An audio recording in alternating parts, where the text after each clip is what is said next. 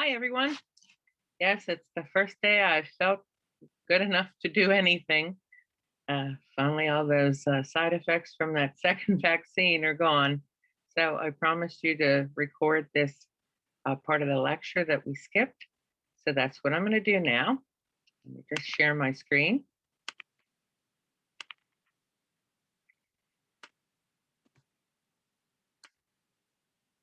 So as you can see, we're doing the one section on intelligence. And we've talked about that there's more than one type of intelligence. So we're going to talk about the different theories on intelligence. So the first person we're going to talk about today is Charles Spearman. And his is pretty straightforward. He says intelligence is made up of two types, G and S, general and specific. And most important would be general. And what general intelligence would be just overall everything that you've learned, whether it's book smarts, street smarts, something you read. But specific intelligence then would be specific to a particular thing or skill. So maybe you're really good at fixing cars. That would be specific intelligence.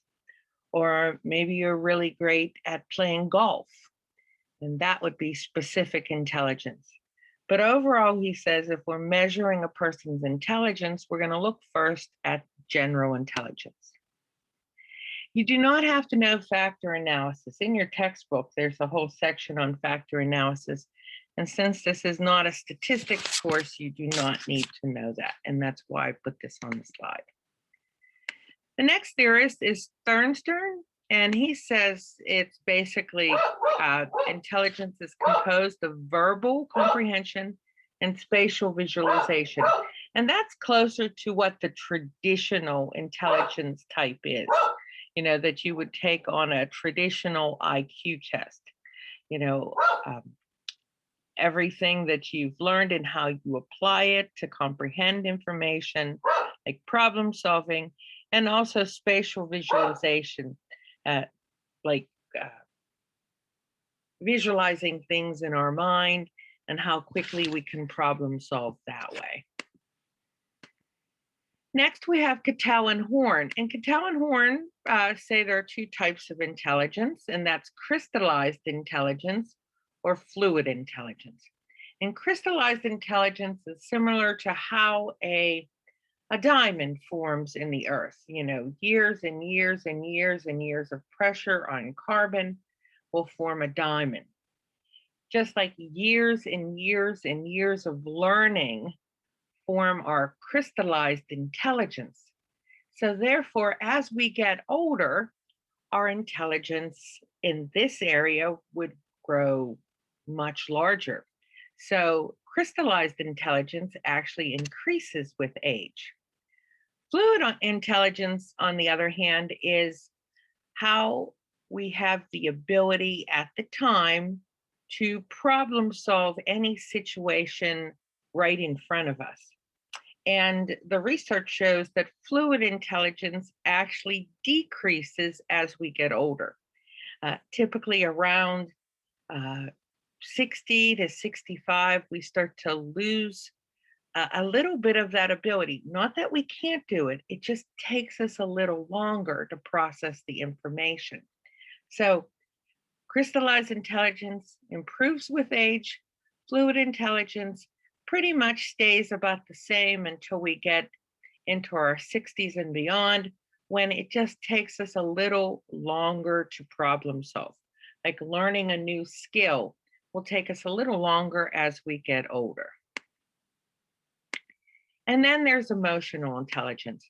Now, emotional intelligence, EI or EQ, is pretty important, especially now in the business world. We see this as the big thing right now, even more than IQ. EI or EQ, depending on what textbook you're using, looks at how we handle ourselves, how we know our own emotions, how we manage our feelings, whether they're positive or negative association with those feelings. So if you're angry, that you don't lash out at people or the world because you're angry. You deal with those emotions. We validate that anger is a true emotion, but how we react to that, if we have high emotional intelligence, we can control those feelings.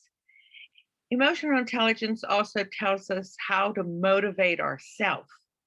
And in many cases, that can be the key to learning, being able to motivate ourselves to learn. And if we do fail at something, we don't look at it as a failure that we can't do it, just as, okay, we need to find a different way to do it and to motivate ourselves to keep trying and to keep moving on. Recognizing emotions in others, that's really, really important, um, especially, like I said, in the business world or in any type of relationship that you might be in. So much of the business world today is team approach. And if you can't get along with the people on your team, if you can't read where they're coming from, as you know, some people never say what they're truly feeling, but their face may say what they're truly feeling. And how we handle relationships, how we handle our interactions with others. Now, the research shows that women tend to have a higher emotional intelligence than men. Well, that's not the men's fault. Our society here in the United States very much is gender specific in the extent that for years we did not allow men to show their emotions. When are guys allowed to show their emotions? Well, according to our culture, it's okay if you cry at a funeral. It's okay if you're, you know, sad about, um, a parent passing or a loved one is ill, but it's not okay for other things. One other thing that's kind of interesting, one other place that our culture allows men to show emotions is sporting events. So if your favorite team was in the Super Bowl and they lost by like 1 point, it's okay if men are upset. It's even okay if they would cry, but not if they didn't do well on a psychology test. So women have had that opportunity to express their emotions a lot more in our culture. Now, that has changed over the years, and men are now experiencing a little more freedom with showing their emotions. One place that women have less of an ability to show emotion uh, without being, ridiculed or people talking about this person is if they're like a CEO of a company or a leader of some group, because a leader is not supposed to show that type of emotion. So a woman who would like cry in a position like this would be looked at that's like a weakness. So it has gotten better. And there are tests that you can take online. The actual one you take with a psychologist costs about $400. So, you're probably all not going to be running to your local psychologist asking to have that test done.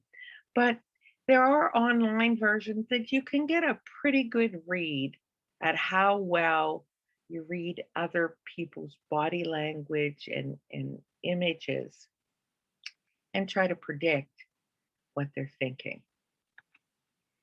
And then we come to multiple intelligence. And this ties in with that survey that I had you do for your activity. Howard Gardner from Harvard University says that there are 9 forms of intelligence. If you have an older textbook, it may say 8, but it actually is 9 that have been published. There's actually a 10th one, and there's an 11th one being worked on currently, but you're only responsible for 9. And the survey that you did had these 9 particular types of intelligence. So let's look at these 9 types of intelligence. Linguistic intelligence would be that verbal, traditional intelligence that you would measure on an IQ test. Same thing with spatial intelligence. Musical intelligence, that doesn't mean that you're inclined to do music, that you learn better with maybe music playing in the background, as long as the music doesn't have words.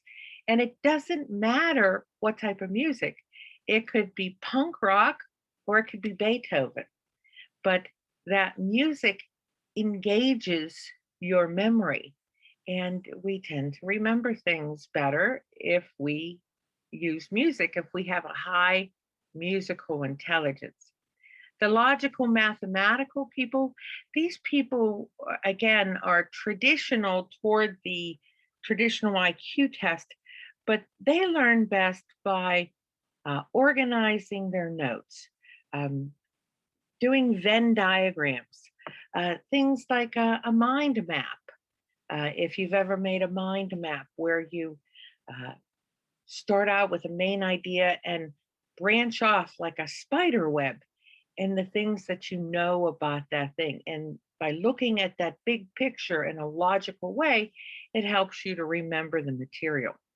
My body kinesthetic intelligent people, you learn best by doing, which means these lectures that you're doing just on Zoom are very difficult for you to learn because you're not actually doing. You're listening and trying to comprehend the material, but you're not physically doing it. So people that are high body kinesthetic intelligence, you learn best by doing. Maybe go take a walk and go over your notes in your head, or flashcards, not flashcards on a computer, actual physical flashcards where you're actually moving your hands. You're getting engaged in the material. Intrapersonal intelligence. People that have high intrapersonal intelligence are very good at motivating themselves. They're also very good at learning by themselves, even more than trying to learn in a group. So, engaging in the material by yourself, going over your notes and picturing yourself doing well with the material on a test. Interpersonal intelligence. These people do work well in groups. These people make wonderful teachers and lawyers and doctors and nurses because they have to engage with many, many other people. Same with people who work in the sales industry. People that are high in interpersonal intelligence, you may learn best by using a study buddy or even just sitting down and discussing with a group of people that material, engaging in it, whether it's in person or say on Blackboard, like in a discussion room. People that are high in naturalistic intelligence, you actually learn better during the daylight. You also have a knack for things that have to do with nature and anything to do with life. So you make awesome farmers and gardeners, and you learn best even outside, just studying outside where there's a lot of light. So people who are high in naturalistic intelligence, if you're trying to study at night, say 11 o'clock at night when it's dark, and you're in an environment that doesn't have a lot of life, it's more difficult for you. So if that's the only time you can study and you can't study during the day, if you add to your environment things like plants, or maybe you have a pet, or just the sound of other people uh, in the background, that can help you to encode the information better. And then the last type of intelligence you're responsible for would be existential. And these are the big picture people. These are the people that make awesome CEOs, uh, hostage negotiation, you know, techniques, because you're pulling from all different information in order to try to solve this problem. Uh, Existential intelligence, they make awesome architects. Same with spatial intelligence. They also make very good architects too. But when you study, you need all your material there to look at the whole big picture. It's kind of like the Gestalt theorist of multiple intelligence. Robert Sternberg came along and agrees with Gardner, but thinks it can be summarized into three types of intelligence.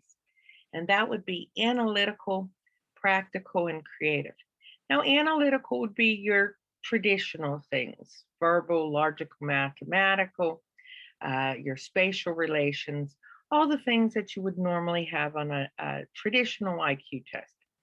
Creative intelligence would be our body kinesthetic people, or musical intelligence. It would also be, um, our naturalistic, being able to plant it, know when to plant corn so you're going to get the best crop, things like that. All of our inventors would fall under this category. But he has something the other ones do not have. He has practical intelligence. Practical intelligence, common sense. Yes, if you've ever met someone who has no common sense, you understand this completely. And sometimes that common sense can be very, very, just how didn't you figure that out? I had a woman one time who came in and she had her glasses were broken and she had a big ball of duct tape, like right on the corner of her glasses. And I said to her, "What happened? It looks like you broke your glasses." And she's like, "Oh, I lost a screw." And I'm like, you know, they sell those little kits down at the hardware store for like $1." And she's like, "No, I didn't know this." Now, this woman's a CEO of a company here in Pittsburgh. So I'm not going to say the name. And I said, "Here, let me run down and get that kit. And here's some scissors so you can take off that duct tape and we can fix your glasses together." And she was just, "Oh, that's great." So I come back expecting that she would have cut off the duct tape. Well, no, she was trying to unwrap the duct tape off her glasses.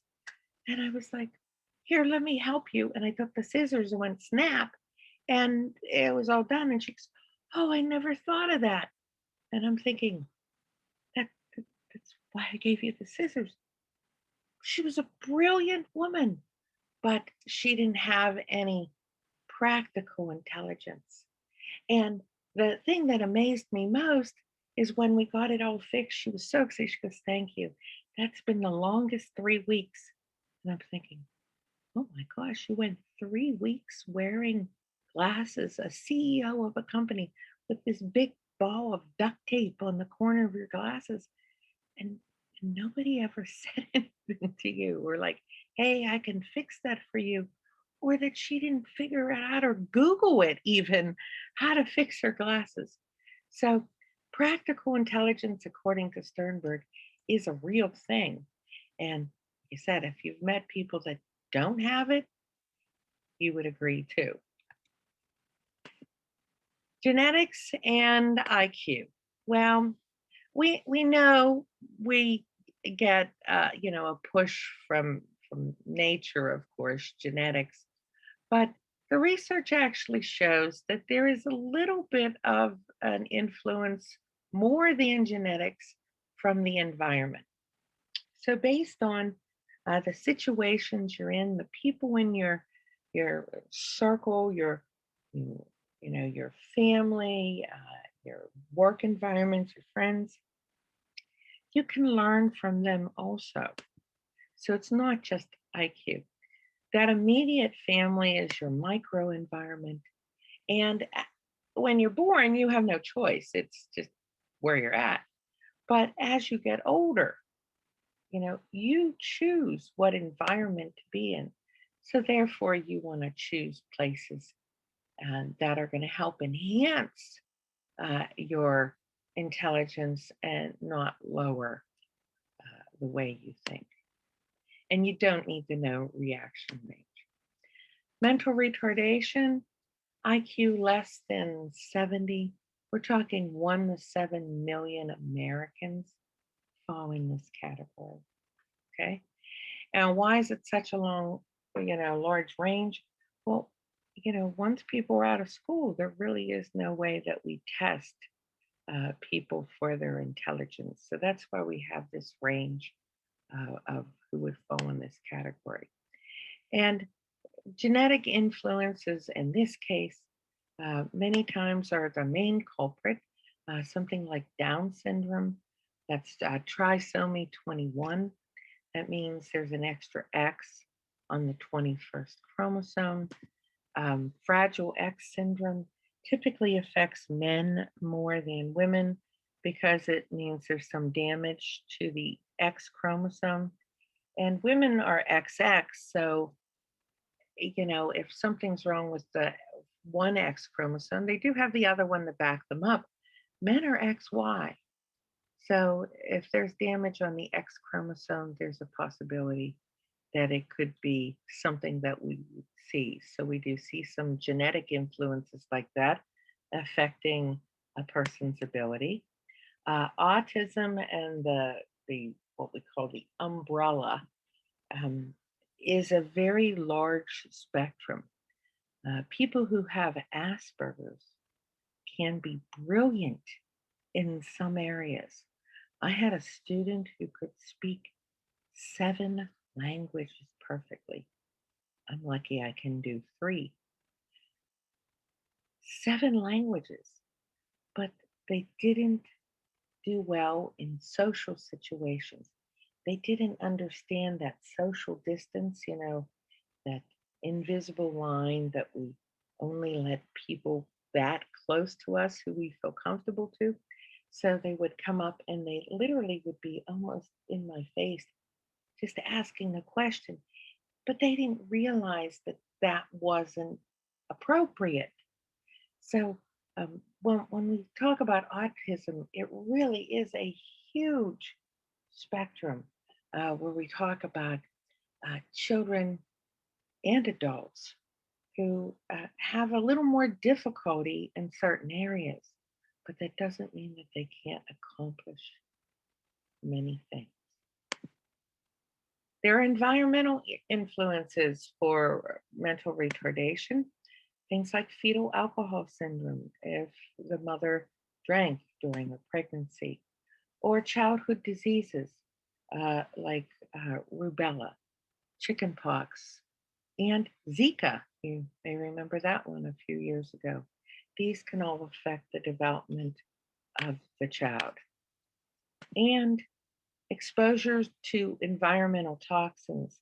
And we'll talk a lot more about those when we do developmental psychology, but things like teratogens, things like lead, mercury.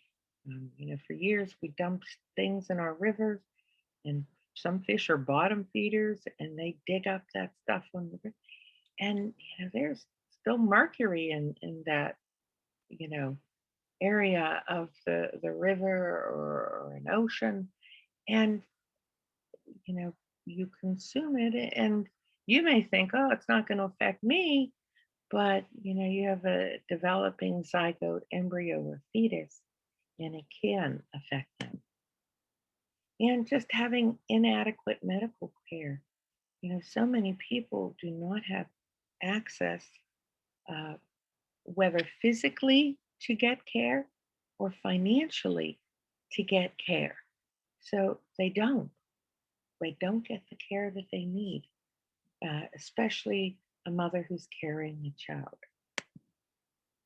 And then you have the other extreme. You have the gifted students between 150 and 180 IQ on a traditional IQ test. And these are our prodigies. These are the kids that can write a symphony at the age of 3.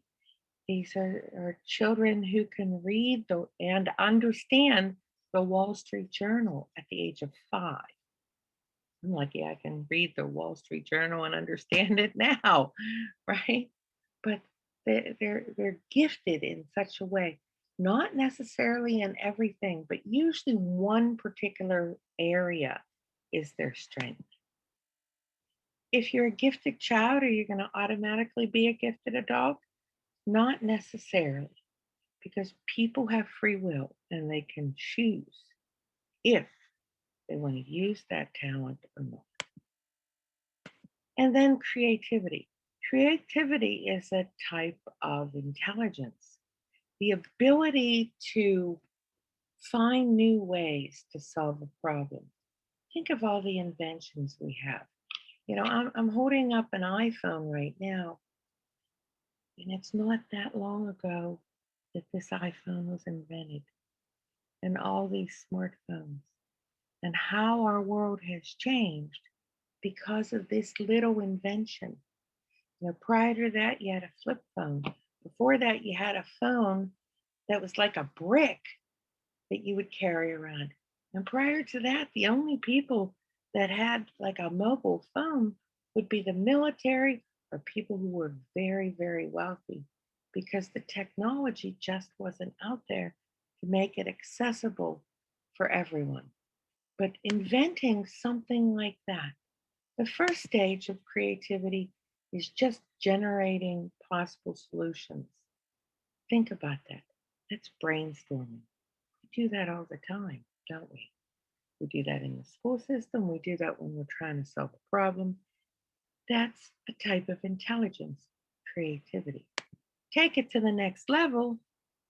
Once you've generated all these possibilities, being able to choose among them, the one that's going to be successful. When Steve Jobs for Apple um, invented, the iPod, they didn't have enough money to afford to try all these different prototypes. They only had enough money that they could do at one time. And to be able to choose from all the possibilities that the team came up with as part of their generating solutions, really think how our world has changed because they were able to select the right one. And that's it. That's the rest of the lecture that you didn't get to experience on Wednesday because I wasn't feeling well. I will be sending this out to you, and I hope you all have an awesome day. And if you have any questions uh, at the beginning of class on Wednesday, I will be glad to answer any of those questions. Take care.